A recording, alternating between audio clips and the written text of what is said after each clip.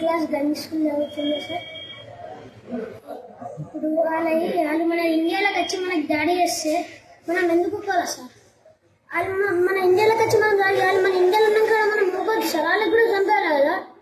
వాళ్ళు అంతా మరుతా మన మోదీ కాలం ఇట్టి ఎందుకుంటున్నారు సార్? సో మనం ఎప్పుడు దాడి చేయాలి కదా, ఎందుకు అట్లా ఉంటుండు?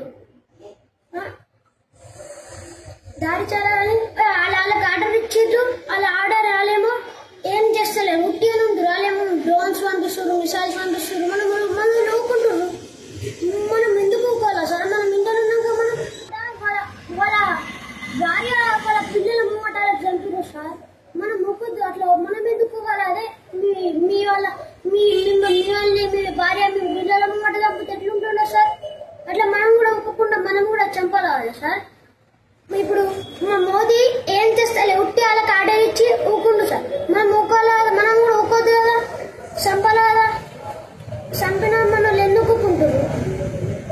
వాళ్ళు చంపకుండా నాకు చెప్పండి సార్. వాళ్ళు ఇండియాలో ఎక్కడున్నారో చెప్పండి సార్, నేను చంపిస్తా. చంపలే సార్. వాళ్ళు మన కామారెడ్డిలో ఉన్నా నేను చంపుతుండే సార్. వాళ్ళు ఇక్కడ లేరు, మా వాళ్ళు పంపించారు, లేకపోతే నేను చంపేస్తుండే సార్. అదే మనలు ఆర్మీలో అంతమంది చంపినా కూడా మనం ఊకుంటలే.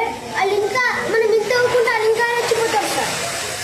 అదే వాళ్ళు వేరే దేశం వాళ్ళు చంపుతున్నారు. మనలో చంపితే వేరే దేశం వాళ్ళు చంపుతారు. మనం చంపకపోతే ఎట్లా? మనకు చంపినాక చంపారా? మన ఆర్మీ వాళ్ళు అందరూ ఉన్నాక రెడీనాక మోదీ ఎందుకు కావాలని ఊకుంటున్నారు?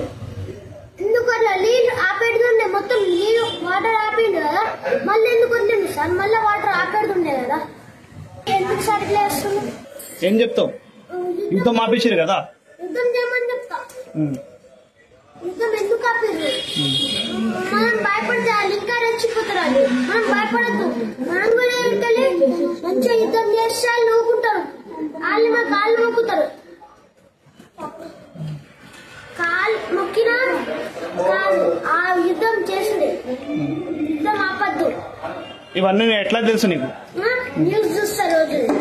నా కాటన్ నుంచి నేను చంపిస్తుండే సార్. నాకు గన్ ఇచ్చిన దూరంకి వెళ్ళినా 5 మంది కన్నా చంపిస్తుండే సార్.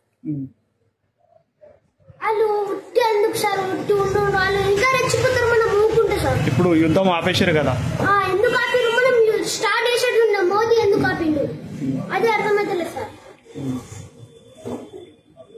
ప్రధానమంత్రికి ఏం చెప్పాలనుకుంటున్నాను చెప్పు.